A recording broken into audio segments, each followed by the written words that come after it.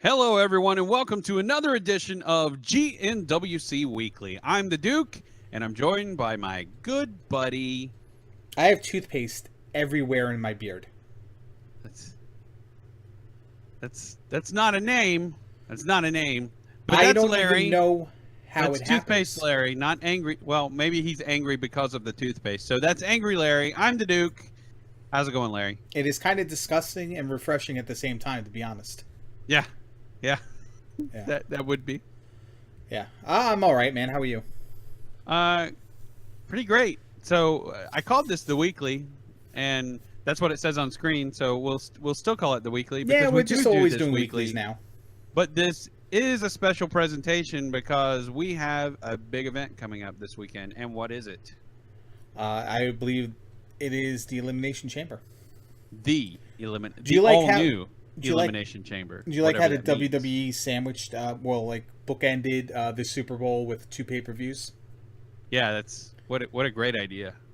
For a company that decided to run their WWE UK tournament live against the playoffs of the NFL, it's weird that the scheduling, it's weird that Vince doesn't have the total stones to put WrestleMania on Super Bowl Sunday. You know what I mean? Like, can you just That would not be see unreal. that happening? I mean, absolutely stupid. But with how people talk about Vince, I wouldn't put it past him. But I bet you if WrestleMania, absolutely stupid. I feel like WrestleMania gets it, and the audience, the audience for wrestling may be dwindling year after year, or just remaining stagnant. But I think WrestleMania is getting bigger and bigger every year with the packages they do, the fan access and stuff like that. If WrestleMania was this big 15 years ago, like, no doubt in my mind do I think he tries to run it on, like, Super Bowl. On the Super Bowl night. Yeah. Like, whether Like it's... during the Attitude Era. Yeah, I mean, listen, I think the Super Bowl ends early enough for it to happen after the Super Bowl. But just to try to, like, make fans pick one or the other. Like, just to ego it. Just ego of it. I feel like it could have happened, but it hasn't. I mean, if you really... One more idea, and then I'll let us move on from this. You could do NXT on Friday night, WrestleMania on Saturday night, and then everybody can watch the Super Bowl. And you do it all in the same freaking town. What would... Everybody's coming anyway. Why not go see some wrestling, too? And then you just tack on Ring of Honor and Shimmer and Shine and yeah, everybody Evolve. else that shows up. Yeah, They do everything in the same... Come on. Just entertainment galore. It's just, I'm already tired thinking about it. Gotta tell you the truth. Yeah, speaking of tired, can we start talking about Monday Night Raw? Yeah. Good. Great segue. That was a fantastic segue. Well, I mean, like, what do you want me to do? And listen, let's not get... I'm not even gonna get pessimistic on this because I just feel like Raw is Raw, and you described it so much, and I've re-described it so much, quoting you as Raw has moments. And I think certainly Raw had moments this week as well, like the whole Samoa Joe thing with Mick Foley. But like the one question I continuously have to ask, and maybe you can just provide me with a decent answer to it, is like, why does everything have to revolve around Roman Reigns? Samoa Joe's there. He's in the ring with Stephanie and Mick Foley. He puts the locker room on notice, and Roman Reigns is the one to show up. Yeah, I don't even know why Roman shows up. I mean, Roman's doing this is my yard thing now, which that's fine because that's going to roll into the Undertaker thing, obviously. Which I actually want to make a comment on that, a brief comment on that in a second. But that's what this whole setup is just rolling into Undertaker, which will probably protect the finish of whenever Samoa Joe Roman happens. Taker's gong is going to happen. Lights are going to go out. Well, whatever. Joe already defeated Roman clean Monday night. Sure. So if they do something else, Roman's now fighting Braun Strowman, right? At Fastlane, and Roman was the one to put Joe over, as I guess a serious threat competitor. The destroyer. He's the guy. I mean, he's our new Cena. You know, he overcomes all the odds. But Cena was never except in Samoa Joe. Cena was never in every story angle. He was just always in the top story angle. Yeah. That's why I feel, and I just feel like Roman Reigns, like, people just don't like Roman Reigns. Well, what do? Well, let's just put him everywhere. Yeah. You know, New Day versus Shining Stars. Roman Reigns shows up and spears Epico and Primo. And, you know what, actually... I still want that to happen. Okay, listen. I'm okay with that. If they then did, like, a little satire parody of themselves and put Roman Reigns in every segment, like, he could even do the body Lashley and the eyes down Charlotte. Then it would be hilarious. Then it would be hilarious, and I could kind of get on. Then it's just like, oh, it's like a Ron Simmons damn moment. I think everybody would be on board. But where's Roman Reigns? Oh, it's Akira Tozawa versus Drew Gulak. Oh, where's Roman Reigns? I think everybody's on board if Reigns shows up in every freaking segment, including the women's segments, including backstage segments that have nothing to do with him. He's just there. He's just sipping tea in the background in the corner off screen, and you can barely notice him. But it's like there he is. It's like Waldo, or like was it She-Ra, the cartoon where at the end of the show, like, you had to figure out, like, something was hidden in the show, like one of her little, like, her art, whatever. Oh yeah, it may have been. Orko was to He-Man. I totally didn't watch that show though. She-Ra had something to, like, her Orko, and it was hidden somewhere in the show, or it just appeared somewhere in the show. It's like, did you find me? It's like, here it is. It's like, that's what Roman Reigns should become, something like that. That would be fantastic. I want to talk about... And he would actually get over that way, because people would be like, where is he? Oh, there he is! Yeah. It's like, wait for it. Oh, there he is. There he is. And then you just cut the Ron Simmons. Damn. And eventually Roman gets hip to it, and he just starts winking at the camera. and everybody falls in love with him. And imagine the crap you can do. We just booked Roman Reigns. Roman Reigns is in the Hardy compound in the back playing the piano, and no one notices. But it's just there, and it's just like, well, okay. That'd be great if stuff like that was able to happen. But let me talk about something I actually did like. Yep. On this, and I've expressed my concerns about the Kevin Owens, Chris Jericho stuff, and when they're doing their thing, it's great. But when they start teasing and pissing each other off by talking for each other, or not having each other back, or having each other's back when they said not to, like, it's just kind of like, I don't like it kind of stuff. Well, I did like the segment where they're in the ring and Goldberg came out and kind of challenged Kevin Owens. Because, you know what? It was different. Like, I didn't expect Goldberg to interrupt that segment. Excuse me. I didn't expect him to interrupt the segment. Roman Reigns... Yeah, Sami Zayn, yes. Excuse me, I don't know what's wrong with me. But not him. And when that happened, and when that challenge was issued, and when Chris Jericho kind of, like, was stepping up, like, you know, you got to go through me to get to him. No, just kidding, bro. You got to go through him.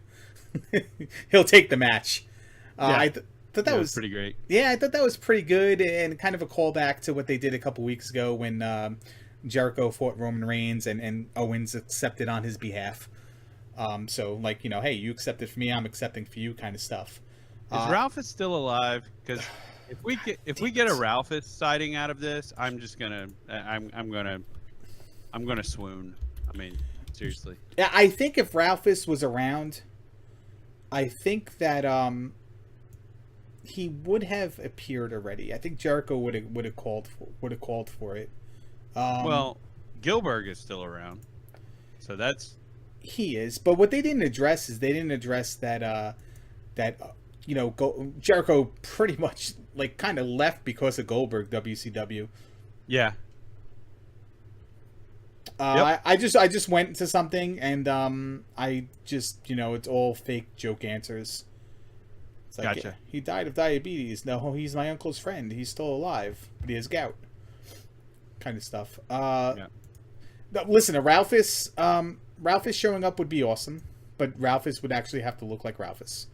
Making a new Ralphus would be good as well. Anything Jericho has done in the past would kind of work. But here's why I liked it, and then I guess kind of why I don't like it at the same time, is because it's different. I never expected Goldberg versus Owens to happen. Like, that just came out of that segment, and that segment alone. Like, I saw no news or rumors for it. No signs were leading to it. You know what I mean? It just you remember happened. how I said that things have been spoiled for me already? Is that what you heard? That's one of them. Okay. Well, I was able to stay away from that, and that's probably why I enjoyed it.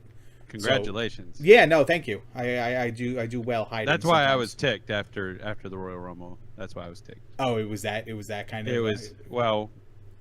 That's not all. That's just the beginning. So yeah, there are other things I've heard as well, but I don't think they really shock me or I'm pissed off about them. But we'll let them come to light first. I just want to see it play out on the TV. I don't want. Right. I don't want to know about it ahead. Right, of and that's time. why I never do the Reddit. That's why I never do of it. message boards. That's why I never do stuff like that. I'll read there's only one news site I'll read, and it's a copy and paste. So what do they call them? Copy pastas. Copy pasta. Yeah, so that's it's just basically this person talked to this did an interview here, and it's highlights from that kind of stuff, and then major stuff mixed in. So I'm okay with that. But I did like it, and then I'm like, is this really gonna happen? Is Goldberg gonna beat Owens for the title? So Goldberg versus Lesnar is for the title at WrestleMania. What do you think? Yes, absolutely. That's what's happening. Didn't we debate this a couple weeks ago, and we said that? Like, there's no possible... Not that they're, we're wrong. Like, I'm not saying that we were wrong. But we kind of, threw it out there. I'm like, nah, there's no possible scenario where to get a title on these two. It's just going to be a match. Yeah, I think... Does it need the title? I think Brock said, hey, we can make money with this, but we're only going to make money with this if there's a title involved. And, which, I mean, he's not wrong. I mean, it's not important enough to have Brock look like a pansy multiple times until you get if you're not going to get a title involved. You know what I'm saying? It's just now that the stakes have gone up, that it's not just about Brock getting his respect back, but now it's about being the top dog again out of just seemingly, quick like a bullet, then yeah, that's more compelling as for a Brock Lesnar match, and it actually means he's coming into a match that means something now, and it's not just about getting his respect, which no one really cares about. The downside to that is the challenge happened before the title was ever on anybody. So now the match just has the title up for grabs as well. Oh, I know. Instead of somebody challenging for the title, you beat me twice. The storytelling aspect of it doesn't make sense. But like I said, the order of the story doesn't make sense. However, it is sort of the stakes have been raised. And now we have another... Now Goldberg has the top title in the company, or at least on Raw, and that's where these guys are fighting. So now, game on. And now we have another WrestleMania where a part-timer has the top title, the top match, the spotlight. Last year it was Triple H. The year before that, Lesnar had the title, I believe. Am I skipping a WrestleMania? Was that the Seth Rollins WrestleMania? It was, right? Yeah, it was. Okay, and then several years before that, The Rock had the title. Right. So yeah, it's just more and more evidence that WWE they're in danger of not having a clue how to actually build stars.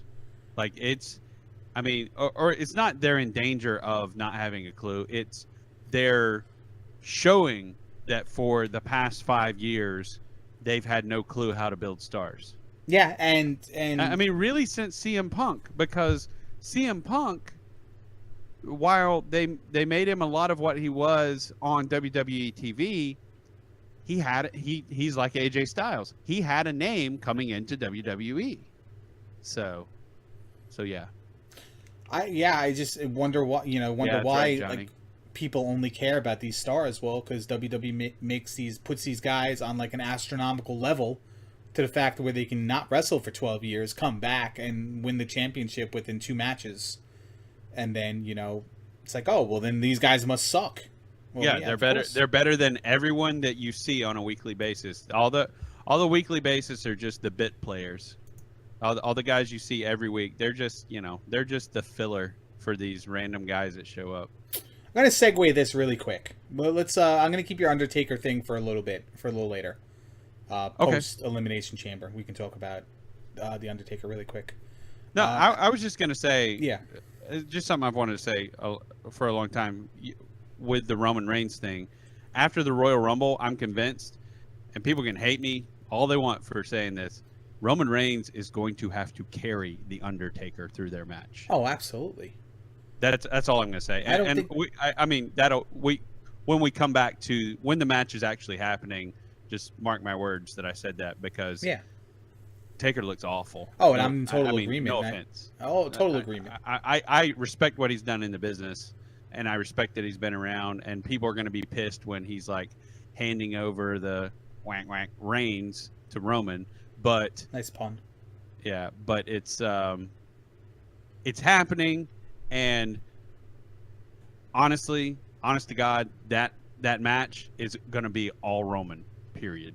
In my opinion, it's got to be, because Taker's he's done. He needs to retire. He can't even pull off the one match kind of thing anymore, and he was off of surgery, so he was kind of in that Royal Rumble probably too soon, and in a lot of pain during and after it. But I mean, last year's WrestleMania, it's just he can't do things anymore except punch, kick, and then it's just then it's not a majestic match like it used to be, an Undertaker match. It's just, my God, this guy can't wrestle anymore. It's sad, kind of stuff. But I respect him and I respect the mystique, but it's just I don't want to see the match anymore. No, like there's no draw. I tell you what I do want to see though, and this was a huge negative for me going back a couple months ago, because I was just like, well, there's nobody on Asuka's level, but the women's storyline in NXT. And maybe not so much of a women's storyline as it is that I feel like through smart booking, women have stepped up. Peyton Royce and Billie Kay I see on another level now. But before months ago, I was just like, well, they're just not good. That's why they're not on TV. They're not good. I think their character, their story together, their upbringing, because it is a real story of them being friends since elementary school, junior high school, whatever it's been. I think mixed in with the fact that Liv Morgan and Aaliyah are kind of like on the outskirts of being something, and Nikki Cross just foaming at the mouth, yelling Asuka's name whenever she can. I think they created this dynamic where it doesn't matter that Asuka is on this level above everyone else. Now the story has been brought down, and it's not so much like who's going to challenge Asuka. It's kind of like, well, what's happening in this sea of crazy right now? And I think it's working as a distraction, but also working as a way to build these women into more reputable opponents for Asuka. It's making an actual division. Like, there's an actual division now. It's not just, okay, who's going to come out and run their mouth and Asuka's going to kick their head off. Right, because when everyone left, it was Asuka and pretty much everyone who's still there, except they were just like never on TV because they were so green and new to the system.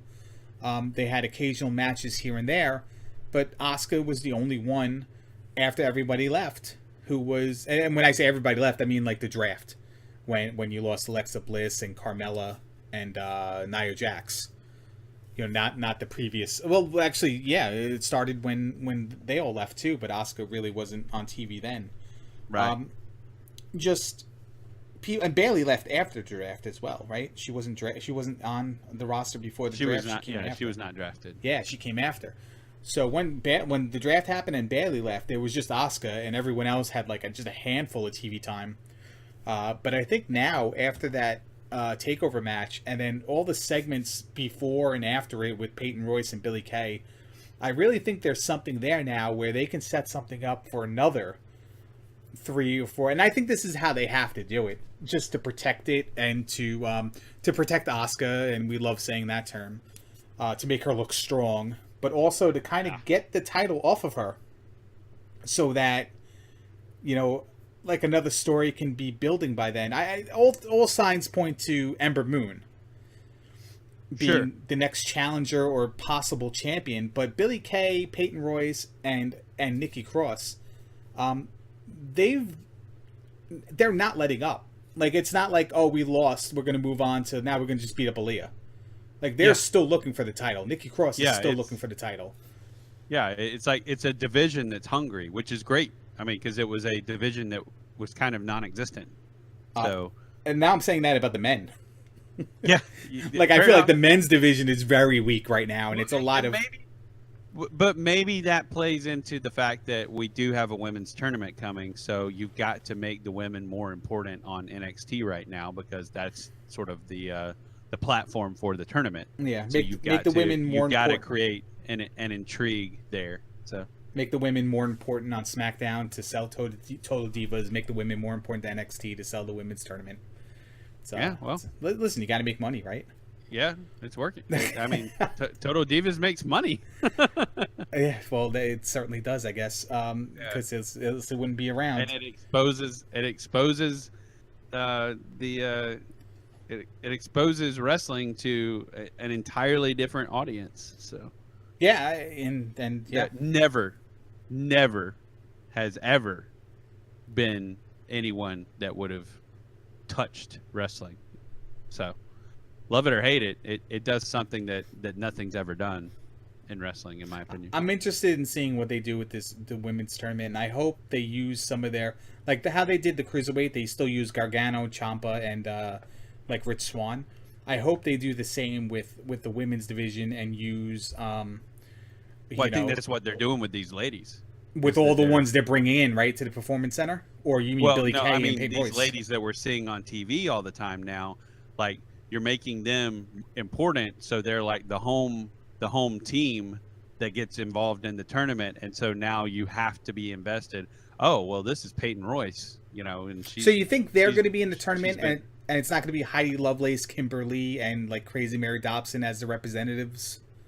No, I think they'll all be. I think they'll all be. Okay, involved. so you don't think it's going to be like a cruiserweight thing where they just go outside and bring in 32 other women minus three that they used? I think this one's going to be. I think there's going to be more people who either we've seen them on TV or we know that they're behind the scenes already. But we'll still see some other people too.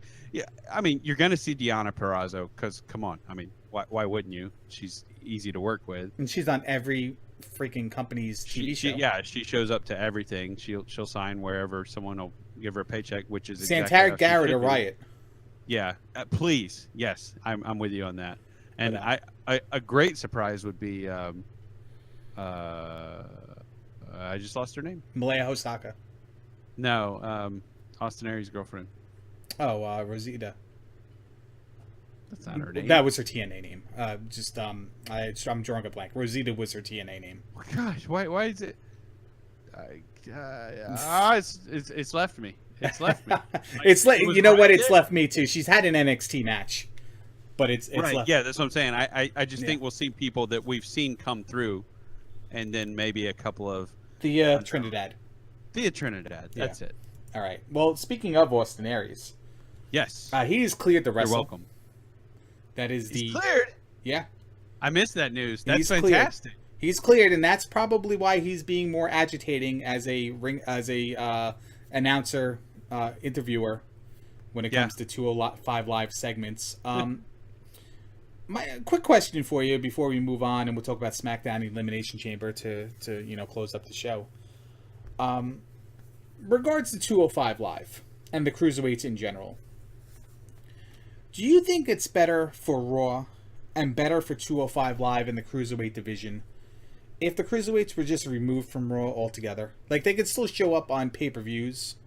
Should have never been on Raw in the first place. But how would you have introduced them and set up the roll out the red card? Oh, I don't know. Set the stage for the 205 Live TV show. Should it just have been a continuation of the Cruiserweight Classic? Yes, that's exactly what it should have been. They should have rolled right into 205 Live and said, we're going to have our own show. These guys are going to travel with SmackDown. So people who are there for SmackDown, you'll see these guys an hour. We're going to start the show an hour early with these guys. Well, I don't know if an hour early would have made sense because then nobody would have been there. But hour early on the West Coast. Yeah, hour 4 o'clock in the afternoon. Yeah, hour early would not have worked. But still, whatever timing of it was, yes, it definitely it shouldn't have been at Full Sail. I like that it travels. It makes sense, and I like that they can integrate from time to time with the main roster, and I think they should. However, yeah, it should have just been a continuation of the tournament. The tournament had everything you would want in building that division, and then there was the cool down period of however many weeks that they didn't exist on TV, and then you start introducing them on Raw, and you get Foley out there reading off a crumpled piece of paper their names, and that's it. And yeah, it was so like. And I think the whole I presence. don't understand what their mentality was to have that tournament to say, and they're going to be exclusive to Raw, and we're going to treat them like they are local jobbers. I think on their first night. also making the ring and the ambiance look different. I think it's just, perception as well. You're watching Raw, you're watching a couple segments, because, I mean, you got the Joe segment, you got Bayley, Nia Jax, you got Strowman beating up a bunch of jobbers. Then, we got to set the ring up differently to look differently, and we got Akira Tozawa versus Gulak. And then we're back to Goldberg and Kevin Owens and the tag team match, and New Day versus Shining Stars, Jericho versus Zayn. Oh, wait, no, and now we got to set the ring up differently, and we got to have a 6-person... cruiserweight tag match, because these are the 6 guys that are going to be involved in the number 1 contender match on 205 Live. So, of course, we got to pair them up in every possible combination before they have that fight. I think just inserting them into Raw is just breaking up Raw. And you want to talk about Raw being stale as it is now. It's not good for the Cruiserweights. It's not good for either of them. And it's not one affecting the other. It's just you're watching an episode of ER or whatever. But here's the Grey's Anatomy, and after every commercial you get a segment from Modern Family. Then the next commercial come back to ER. It's this is on its own, they're kind of 2 great shows. Yes. But mixed in, it's not peanut butter and chocolate. It's not going good together. And it's not Reese's enough for me. I will say the silver lining of all this, though, has been Austin Aries, since that's how we got on this topic in the first place. Oh yeah, I mean Austin Aries just being amazing on commentary. No, Corey Graves too. He's still great. Yeah, and how they all work together has been nothing short of refreshing for WWE TV. It's been fantastic. I just don't know. And it's going to get him way, way over, in my opinion. I just don't know if I'm invested in these wrestlers, to be honest. And yeah, Neville is awesome, by the way. Neville's awesome. I love Gallagher. I'm a big Tony Nese guy, but Tony Nese he's kind of bland.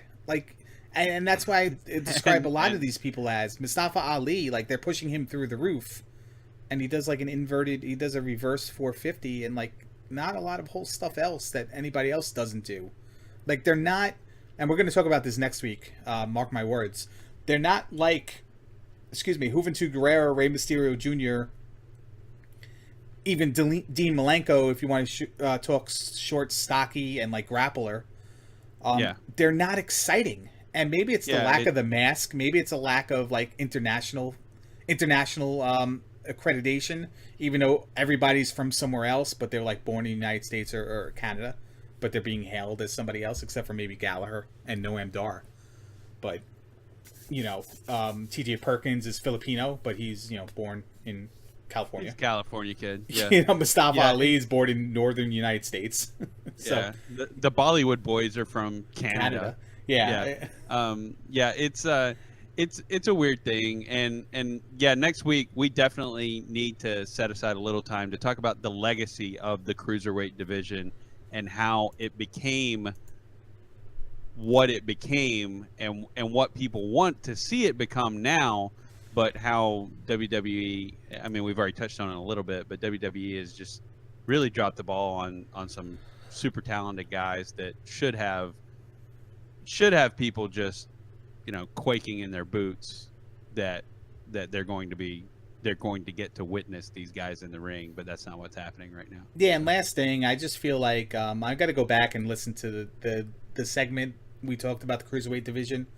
where I said, like, give it X many months and Neville will be your champion. Give it X many months and it won't even be. True. You know what I mean? I want to see what my predictions were back then because I feel like it's kind of putting the same way. I think your best cruiserweights are on the main roster somewhere, and like they're going to be fed into it. Whether Austin Aries now becomes a person who's like in the mix and he doesn't go back to NXT and he's just in 205 Live, and maybe we'll see like other guys like Kyle O'Reilly or whoever else is due for contract negotiation in Ring of Honor or TNA that may make their way here. I think Mark Andrews should be somebody who comes here as well and works full time because he's at least fast and exciting. But I want to go back and listen to that and just see what happens. But let's move on here to our Elimination Chamber segment. But let's talk about SmackDown first because it was the go home show for it. Same question as always on a prelude to a pay-per-view. Was there anything on SmackDown that made you more excited for a match or less excited for a match? I won't say more or less. I mean, I don't think it was a massive build to it, but they've had, a week and a half to build to it. So it's, and SmackDown does a really good job of talking about their pay-per-views, even when they're going into one of the combined ones that's obviously just going to feature Raw. I think that's kind of why it only featured Raw, because the next one's SmackDown, and then the next one's Fastlane, and then the next one is. I mean, and AJ and Cena still stole the show anyway. Of course. But yeah, it's. I thought it was fine. I mean, nothing like out of this world. I thought you've got the women's slide up. I thought the women's segment was pretty good. I thought that was interesting. The dual contract signing. I didn't think we needed all the stupid history making monikers again, but whatever. I love Alexa Bliss just no selling Naomi. And it's like, oh wait, Naomi, I forgot about you. Yeah, you're here. I'm actually wrestling you, not Becky Lynch kind of stuff. But that was pretty good. That was a great character building moment, and Naomi was a little stiff on the mic, but she finished it off good, and the kick was just like she's so ridiculously athletic and agile that it's just she did that so effortlessly. She does so much so effortlessly. It's pretty amazing. But, and I'll admit again, I'm wrong about Alexa Bliss. Like, mark my word, she was never going to be a champion in WWE. She's fantastic. She became the second champion, and now she has now with the title, she's like just a totally different person. It's just her attitude is probably the same, but it's like her character was created to be that of a champion, and it just needed the championship on her shoulder to be like, oh, okay, well now I get it. Now it makes sense. Now I'm into it. Now I'm into her.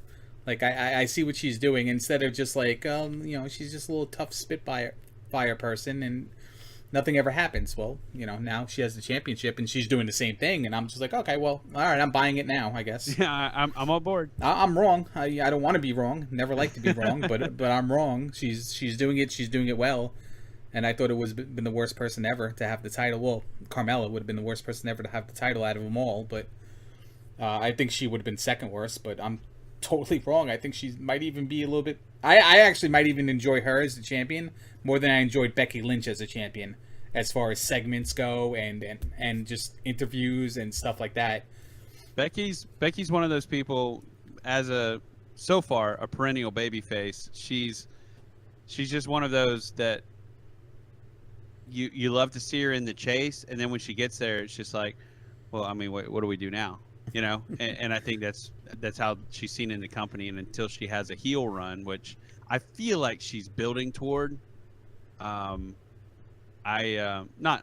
super immediately, but I feel like this Mickey thing is going to lead to her. You know what? Doing the Dolph snap thing. Yeah, something similar where she's. I think going into Mania, she'll have sort of a big babyface moment, like a sort of Phoenix rising from the ashes type moment or something like that. But then after that, and then the SmackDown after she turns on everyone. Something like that. That'd be awesome. Not necessarily that quick, but I feel like it's coming. So, but yeah, I thought the lady thing was lady thing. That was a really weird way to say that. I thought the lady segment was great. I don't quite get the whole Dolph, Kalisto, and Cruz thing. Well, we can talk about that when I pull up the match. But yeah, but I thought the segment was okay too. For me, well, I mean, it was. You were just talking about different things. Maybe Nikki and Natty was awkward, but a lot of that's just. I don't Natty's even watch awkward. that. Honestly, I just don't even watch that anymore. Yeah. You know, What's Happening's on at 8 and 8:30, and MacGyver's on at 9 o'clock. And what the heck? And I just kind of tune it off. And so you like somehow revert back to the mid '90s during. I think late '70s Amazing. with What's Happening. What's Happening was on 76 to 79. What's Happening now was on like 82. You switch to over to 85. TV Land, is what you're saying. Yeah, Antenna TV and Me TV is two of the favorites, and sometimes Laugh All right, TV. so what else we got? Well, I just wanted to say that I hated. I just don't like the tag team stuff. Like, Okay, fair enough. You want to talk about build up for the cruiserweights and everything and stuff like that. It's like what they're doing with this tag team division is kind of what they sloppily did with the women's division before. Yep. Maybe Mickie James arrived or whatever. It's just like everyone's just in this big heap, and then they separate, and then they're a big heap again. And it's like, well, everyone in this fight has a losing record somehow. Yeah. Your champions No have a one losing is on record. top. The No one's Usos have a losing record. Vaudevillains, I mean, like, the Ascension got the pin, and you had to make them get the pin on the show. It's just a bunch of losers. Everyone's a bunch of losers. And your first champion was not even a tag team. It was just two people that got together. And your second tag team was not even champion. Was not even a tag team. They're just two people that got together. And then finally, a tag team won the tag team titles. So And you took them off TV for 3 weeks. yeah, and then you put them on TV only to put every other tag team in the ring with them again. So, so we'll talk about that match in a second. But let's move on to the Elimination Chamber here. It's a new Elimination Chamber, I hear. Have you seen a picture of it? No, have you? No, I've not. I wonder if they're just. I want to know what's new about it. Did they just paint it or what? It's like 3 stories now, and David Arquette's on the top. I hope so. That'd be awesome. There's a kickoff match, and it is Mojo Rawley versus Kurt Hawkins. It's probably Mojo over Kurt Hawkins, but how far are they going to push Mojo, you think? I mean, he's gotten more serious, and they've changed his ring gear. I think they could really put over this match if it was a Zack Ryder on a pole match, though. I really think so too. I think they can pull off this match in my eyes if it was like Tony Nese versus Kurt Hawkins, Zack Ryder on a pole, Mikey Whipwreck ringside kind of match. Since he trained them all, but well, there you go. Well, I mean, it's obvious Mojo's winning, and Kurt Hawkins. I'm kind of upset. Yeah, I would see Mojo winning, but Hawkins just loses everything. So. I'm kind of upset. I mean, they stopped the humor with him. They stopped putting him on TV, and like they possibly hired him like a Jinder Mahal to kind of come back as like a jobber or just like another body on the roster if they needed time on TV to put somebody over. But like I'm upset. Like not everyone can win. Not everyone can go over. Not everyone can get a segment. But so like, what all the build up and all the promos and everything, and it's just like, well, yeah, we just did nothing after that. Well, we had no plan after that. But don't worry, you got another one of those coming any day now. I believe week now. I believe the debut date was Monday. Did it happen? They said it on Raw. They said Emelina debuts next Monday. Yeah, but they've said that before. But this is only the second time they said debuts Monday. So you know they're only 0 for 1. It's not like a running gag at this point. They literally like announced it everywhere, and then no. Yeah. But, no, we'll do it after Royal Rumble because we don't want the whatever their reasoning is. But yeah, so she's gonna be on Raw, and it's actually on WWE.com. Emelina debuts this Monday. Okay. Yeah. So it's if it's on WWE.com, it's good. Becky Lynch versus Mickie James. Listen, my gut feeling is that this feud is not going to spill over. You don't think so? It's not going to be long lasting. It's not going to go on to WrestleMania. I think it is. You do? Yeah, I think it is. I think this is a stall to keep Becky away from the title and build her character more. And go back to Becky and Alexa for WrestleMania? Are we even going to get a SmackDown's women title match at WrestleMania? Yeah, that's a good question. I mean, it's only 17 hours of wrestling. you'd think they could fit it in. Maybe it'll be on the US. And I'm not against this, and this is not a slight, but maybe it'll be on the USA.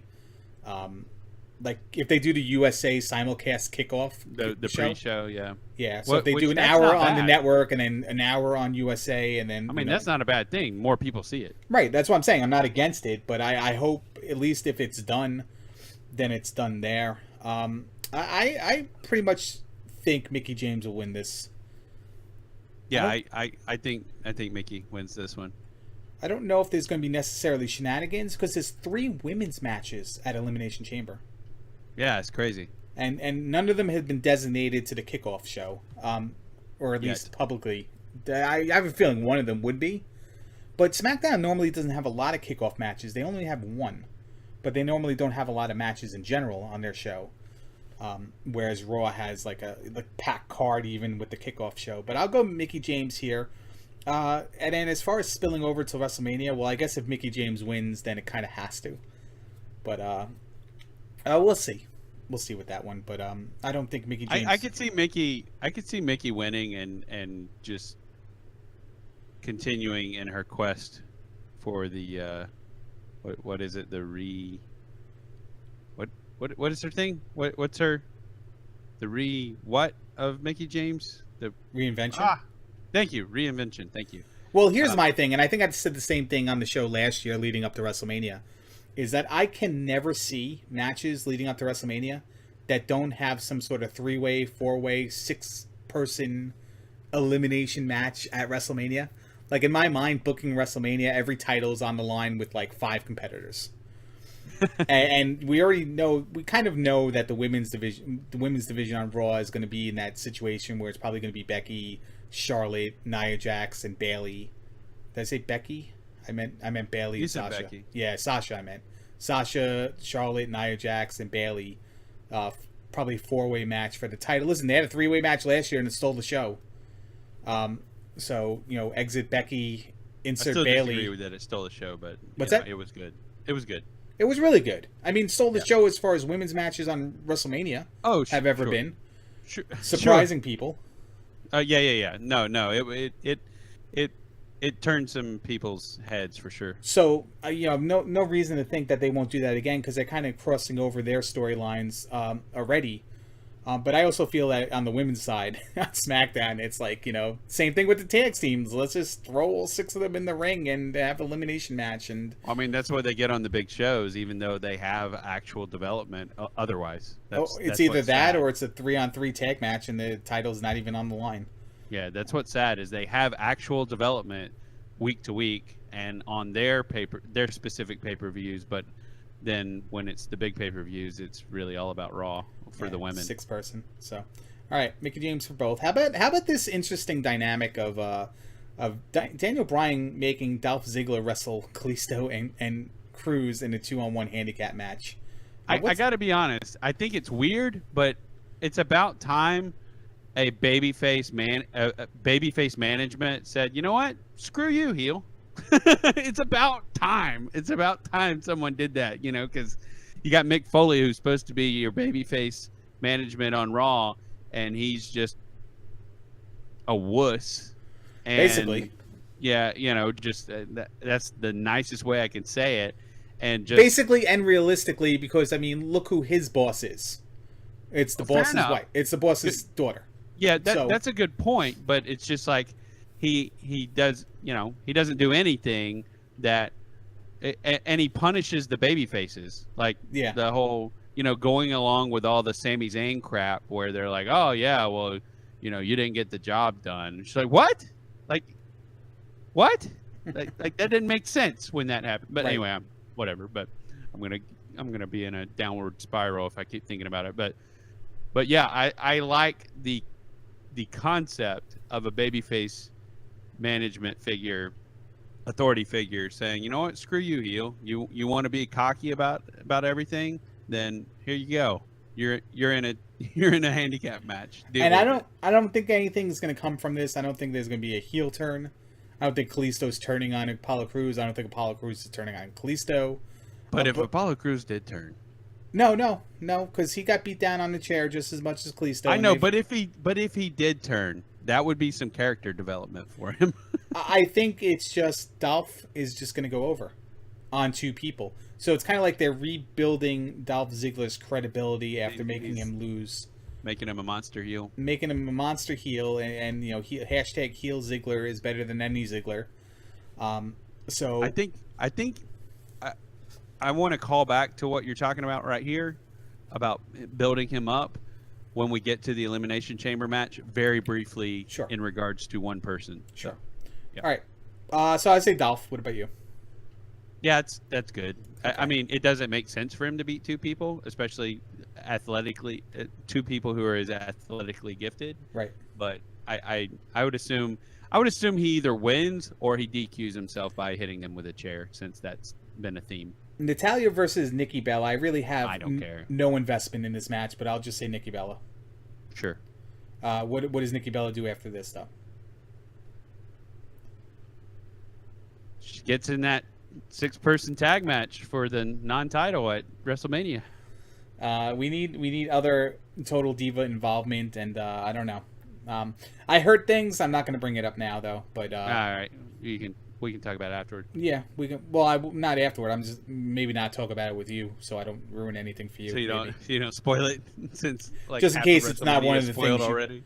Just in case it's not one of the things you heard, but I think for us to get there, I think Nikki Bella has to win this match, and I think there's no reason for her not to win the match. It's just typical WWE bully, ignore the real bully, put the spotlight on the other bully kind of tactics, and sure. And Nikki Bella wins. All right, here we go. Here's the mess of a tag team match, and it's a tag team turmoil match, just like they had a couple weeks ago on Smackdown. That American Alpha won, but not really won, because right after that, there was another participant, but they didn't come out for a whole 7 days from the backstage to continue the match. And there was also a they've also been doing this a lot on the live shows, apparently, because they did it at the live show I went to. So 2 teams start the match. When there's a pinfall, a submission, or otherwise a victory, then another team hits the ring. It's not like the Royal Rumble. It's one elimination happens, another team comes out. It's the last team surviving once everyone has been involved and wins. And I believe that's going to be American Alpha and maybe Rhino and Slater. And I think this is where we're going to get the Slater versus Rhino stuff happening. Interesting. I mean, they kind of teased it, and then they kind of like fully backed away from it. Yep. And then came back to it, and then, yeah. I don't remember the last time they even glanced at each other. There was the Battle Royal where Rhino tried to throw over Heath immediately, and then he's just like, "Hey!" Yeah. And then was it the Ascension or Vaudevillains who went after him and they ducked the rope? Yeah. So, yeah. But okay. Royal Rumble aside, I don't remember the last time they ever looked at each other in that light when they were going so hard against trying to split them up, passing blame and stuff like that. Now it's just kind of like, we're good. We're Owens and Jericho. We're good now. Yeah. So I think maybe it'll come down to that. Maybe we'll get the split of that, because we really need like the non-tag team entity out of the picture so that the tag teams can fully develop. But then I'm looking at this and I just see the Usos and like 3 other tag teams WWE just never cared about. Yep. On the main roster. And I just don't know how they cared more about the Spirit Squad and the Headbangers than they did these own 3 teams. Let's look at that. I mean, that complements my question. That complements my point about SmackDown, is that your first 2 champions were not tag teams, and then you brought in tag teams not on your roster to kind of feud with them, or feud with the first one, and then, or actually Spirit Squad didn't feud with them, but certainly the Headbangers were involved in the matches, tag team matches on the card, and Spirit Squad had matches on the card as well. So you're ignoring your own tag teams, bring in other tag teams, and then give the titles to just 2 individuals you tag up. I don't feel like this tag team division ever gets better. I think this is the weakest link in all the divisions on the main roster. I hope this becomes a introduction of the revival. I hope there's one more team, or maybe or maybe a team is injured and they need someone to replace them for the night. So the Revival shows up. you're calling out for that one last team to enter last. That's unannounced. Like everyone thinks they won. Oh no, wait! There's a 7th team that's in the match, and here they are. Or a replacement team. You know, and you got JBL the whole time. It's just like, well, what are we gonna do? What are we gonna do? You got Fandango the villains. The Vol villains. They got. She's got blue hair. She looks like a Smurf, and he looks like an alien. The Vault villains. They got. It's the worst JBL impressions ever, by the way. Yeah, but they're pretty bad. It's too southern. It's like Southeast and not Texas. I don't do Texas, but anyway, you know, it's Breezango are outside actually getting real tickets from Amita Maid, and they're trying to give the tickets back to her because of her uniform, and then they just keep going back and forth with tickets. Hey, it's better than Sunburn. Yeah. Although I like that angle, but yeah, and you have what are we gonna do? And then you have the Revival show up and they just win. I would love that. But otherwise, I would see. Then again, you're invalidating their whole roster again, because now you have another tag team champion that's not even on the roster. Yeah, but they can make everybody better. So they could, but they did it in NXT. But they haven't even let the Vaudevillains or Ascension be any better for the last 2 years. You know what I mean? Or however long Ascension's been there. Well, you got suspensions and injuries on one side of that, and you got fighting backstage on the other side of that. Then Victor and Aiden English should team up. You know what I mean? There you go. And then they could just be the Gangstonators. It's like you take the Gangsters, you take the Eliminators, and you put New Jack with Cronus, and then you got the Gangstonators. And then that's it. So I'm going to go... you're going to go Revival are going to win the match. I'm going to go Revival or American Alpha. And I'll American go, Alpha by default, but Revival if they show up. I'll go American Alpha because you finally give them the titles. You never let them do anything with the titles. I think it means a lot if they get that beat victory. Everybody. Yeah. Yep. So, all right. Naomi versus Alexa Bliss. You know my heart wants Naomi to win this. But it's going to be Bliss. It's going to be Bliss. But my heart really wants Naomi to win this. And if I have one thing that comes out of this, is I want Naomi to be everyone's favorite wrestler after this match. From the entrance to her athleticism to the moves she does in the ring. I want people to see Naomi differently at the conclusion of this match than they did maybe a couple weeks ago or definitely a year or two ago when she was just a Funkadactyl or just like she wasn't AJ and she was like #1 contender. Like that kind of situation where AJ had the title. AJ had the title through that, right? Or was that Paige where Naomi was #1 contender? That was Nikki. Was it Nikki? Nikki had the title when Naomi won the #1 contendership and then was just put in a tag match. But I feel like Naomi won a #1 contendership another time, and maybe it was Eve possible. Torres that had the title. I don't know. Like 2012 TLC at the Barclays Center, Naomi won a dark match or like an early like Santa like Divas Santa match. You're making up Asuka's from Seattle stuff now. That's what you're doing. No, listen. You can Google that if you want. I was there. That's not true. I was there. No. But okay. So Alexa wins, and Alexa's going to move on from this story. Probably. Not really sure where. I'm still a little mixed up on where they're. This has me intrigued. I will say. I'm not sure where we're going with all this. I think Alexa wins, and I think she's right back at Mickie James's side, poking fun at Alexa, and maybe we get another blow-off Naomi match on SmackDown Live one week, and then that's pretty much it. And then we'll go on from there. But yeah, so and now the most beautiful wrestler ever that we need to talk about. Luke Harper. I agree. He is the best-looking wrestler that I know of. And just great beard, great hair. Maybe not the bald spot though. I can't really replicate that part of the outfit if I was gonna go as him at Halloween, unless I shaved it, and I kind of don't want to shave my hair because I'm afraid it's not gonna go back. But yeah, just a tremendous guy, role model for all. I want to start dressing like him and everything. But him versus Randy Orton is interesting because we know Randy Orton's gonna go on to WrestleMania, and probably fight the winner of the next match we're going to talk about, so we'll hold off on that for now. But I really feel like, an ode to of Cody Rhodes here, I feel like there's smoke and mirrors happening. Yep. I feel like Luke's not really split from the Wyatt family. Well, I don't know about that. I think this is signaling the return of Rowan. I think what's happening is Eric Rowan is returning soon. And Eric Rowan would partner up with Harper, and they'll. Absolutely, okay. And they won't be Wyatt Bros anymore. They're going to be their own entity for a while, and maybe we see a monster tag team for a while, which would be great.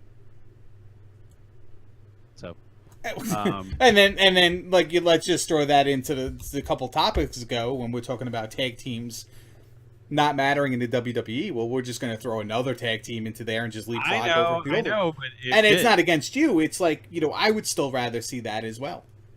Yeah, but I will say I think if it's not Rowan, that if this isn't to bring Eric Rowan back into the mix, this is to really take some time to get Harper over as a major contender for anything going on, and you move him into the IC title picture, because otherwise Dean's just feuding with a bunch of green guys or people he's already feuded with. Well, I mean, unfortunately his character is like, without the Wyatt family, like, Harper doesn't exist right now. So he's either with them or he's against them, but he's not like... He needs that blow-off match, and I don't know if it's a match at Fastlane against Randy Orton where he's probably going to lose. That's going to push him off to start going after, Dolph Ziggler. Well, they're not going to be at Fastlane. I'm sorry, I didn't mean Fastlane. Elimination Chamber. Yeah. Sorry. So, whatever, like, minor pay-per-view, B pay-per-view is what I mean. Oh, I got you. Like, I don't think that's, like, maybe if it happened on SmackDown Live... I think it gets lost on Elimination Chamber with all the all the title matches and Randy Orton probably going to win. That's why I'm kind of thinking that, or at least in my mind, it makes more sense if he's not against Orton, or if the plan all along was, well, he did deck Wyatt at on SmackDown, so that was different other than just backing off of him. But yeah, I don't know. I mean, listen. Harper's a tremendous talent who hasn't been able to do anything. And everyone loves him. Everyone loves him. In and out of the ring, people all over the business just rave about this guy. And I think Vince McMahon loves him, because Vince McMahon loved it when they came in and took the tag titles, and then he had the IC title for a while, but something changed somewhere, and it wasn't... They had the tag titles?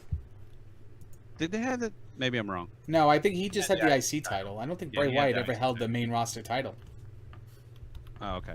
Sorry. I don't know what I was thinking, but when he had the IC title, I know McMahon was like huge on him, like major league, like this guy's a player type stuff, and something changed, and then he all of a sudden just sort of unceremoniously lost it to back to Dolph or whatever. But I did say Bray never had a WWE main roster title, and I automatically forgot about his title run like 3 weeks ago. But the tag titles. But other than that, he never held a WWE title unless we consider the FCW Florida Championship Tag Team Championship. Yeah, I was just Bo Rotundo. I was thinking of when Harper had the IC, but Harper and Rowan had the NXT tag titles though. Maybe I was thinking of that too. But they lost it to the Ascension. No, they lost. But it to, I know that Corey Graves and Neville. But according to several interviews I've heard, like McMahon was big on Harper, and I know plenty of people have been talking him up for years now. So I think it's a good time for him to move into the IC title picture again, and he and Dean have excellent chemistry and have had some of the most brutal matches that you could have, and doing them over the title would work for me. You're working that face though, and I kind of have a problem with that. If it were to happen right away, instead of develop over time. Just he comes right from the split with the Wyatt family as like a fan. He is going to be the babyface. Yeah, and then all of a sudden it's just like, well, let's just throw him with Dean Ambrose. Well, I guess it doesn't have to be face versus heel. It's a different time. It's a different era. Dean could go heel. What's that? Dean could go heel. Yeah, I as like the second most over guy on the roster. I just don't think that happens. I think that he's just too beloved in merchandise and sales and stuff like that for whatever. But let's move on to Dean and his match with Baron Corbin, John Cena, AJ Styles, Bray Wyatt, and The Miz in the all new Elimination Chamber. First time ever Elimination Chamber match on SmackDown. I don't think that's true, but it should be. 2 champions in one match, and here's what I have a problem with. Like, they always lump the U.S. title with the world title. They always lump the IC title with the WWE Championship. I'm sorry, U.S. title with the global universal title, whatever they call it. And they always seem to lump the IC title with the WWE title. Instead of making the other tier of superstars have something to go for and strive to, they're always making the other guy go up to the other championship in multi-man matches. And I kind of have a problem with that, because we're talking about part-timers come back, and topic for another day, but part-timers coming back. But how do you elevate guys like Dolph Ziggler and Apollo Crews if they have nothing to go for? You know what I mean? Like, you got Baron Corbin into this match, and that's great. Like, that's like one person. And I didn't even realize until you just started on your rant just now. That's the point. You're right. You're right. But the point of Baron Corbin in this match is for it to be him and Dean for the IC title after this. It didn't even until I saw the picture and until you started this rant. That's what this is. That's what's coming out of this. Yeah. For the IC title, it's going to be Corbin and Dean, and that makes so much sense now. I don't know why I missed that until now. That's fine. Then why couldn't you just have Randy Orton and Harper in this match and have Dean versus Corbin somewhere else? Or and you have sort of like the Wyatts outnumbering everybody. Right. I mean, you could have done it. But is Harper on their team type thing? Yeah, you still got all that intrigue. Yep. Yeah, what's going to happen when Harper comes out of his pod?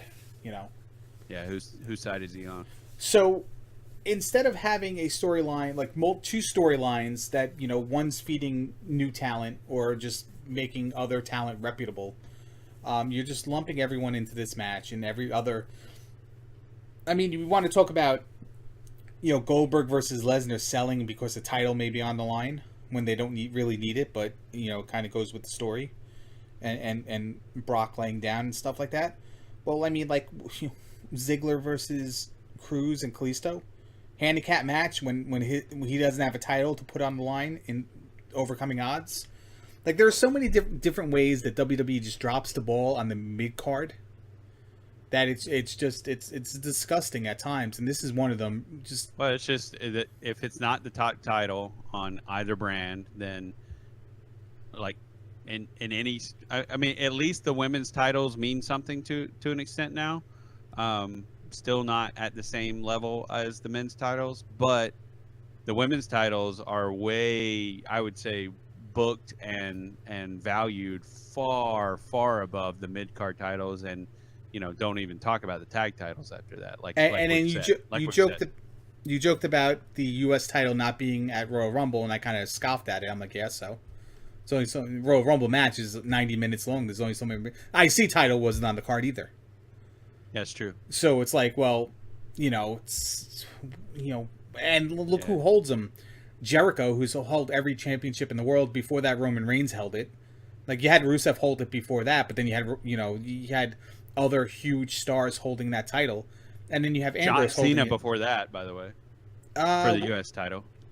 Well, it went Del Rio, Kalisto, Rusev. But I mean, you're talking about huge. Oh yeah, stars. I thought you meant directly before that. Yeah, huge stars. I mean, Del Rio was even considered, but even when he got the U.S. title, it was like kind of a different direction. And then like you had Dean Ambrose and The Miz holding the IC title, and like really before that, who really had it where you can be like, hey, that guy is, he's breaking out of the mid card. These guys were world champions, multiple time IC champions and stuff. Yeah. But to the match itself, the Elimination Chamber match, this is where I think that Bray Wyatt's going to win it. Yep. And just because it sets up, like, it's WWE, and you can't have partners without them breaking up, and then you always got to look for the reasons where they can break up and why they can break up.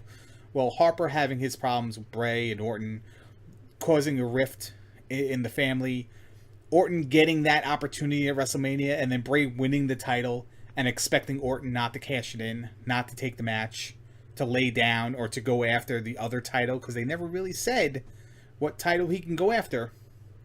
They just said he gets a championship match at WrestleMania. A world championship match at WrestleMania. So everyone eludes, everyone can think what they want to think about it. And then Orton just saying no. Like, that's the title I want. Then there's your... Well, there's the... See, I didn't think about this until you just said that. That actually explains the Brock Goldberg thing. Because Goldberg has already agreed to a match with Brock at WrestleMania. And yeah, right. So they lock in that title. Then that title's locked in. Like, the match is already set in stone. They've already signed the contract. So Randy only has one choice. And yeah. Anyway, didn't think about it that way until just now. Yeah, I mean that's basically what happens is they lock that in. Now I'd love to see a swerve. I'd love to see Bray Wyatt win the Elimination Chamber. And then Randy Orton declaring that they're going to go after the world. They're going to go after American Alpha. That would be crazy. I think that would invalidate. Would be stupid crazy, but hey, that would definitely raise the stakes of the tag team championships at that point.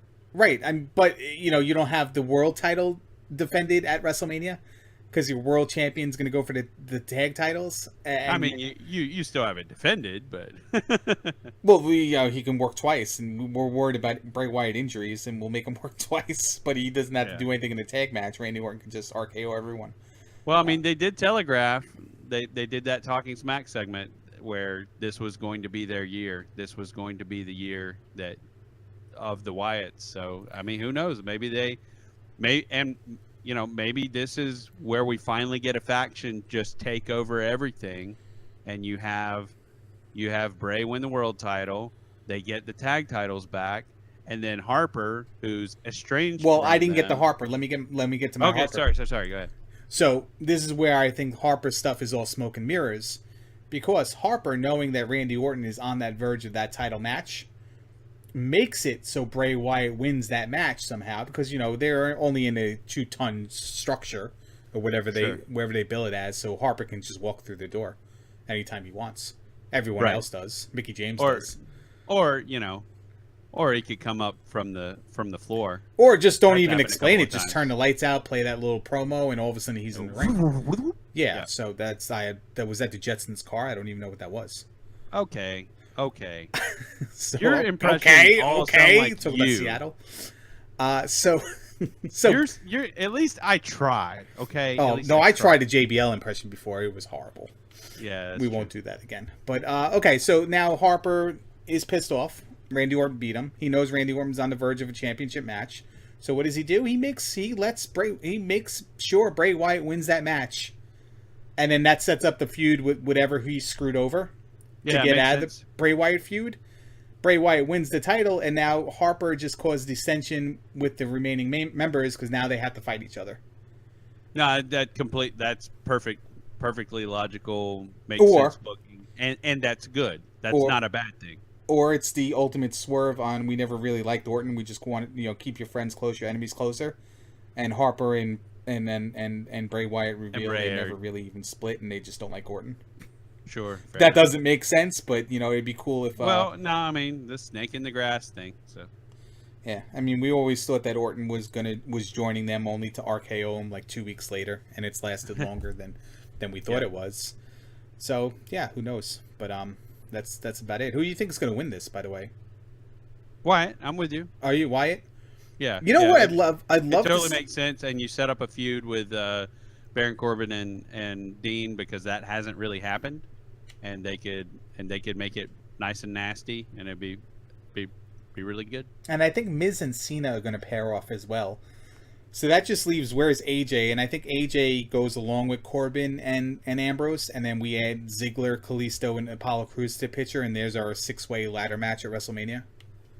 Which is weird for AJ to move down like that after basically carrying for the Well, I mean, what is he better supposed to part do of- around WrestleMania time when you have Cena, when you have, Brock Goldberg and Lesnar you hire to Goldberg. come back, and Yeah. Triple H and Rollins. I mean, Yeah. I think the club needs to do something at WrestleMania. They need to just ruin a match. Like, just straight up ruin a match. But that's for then.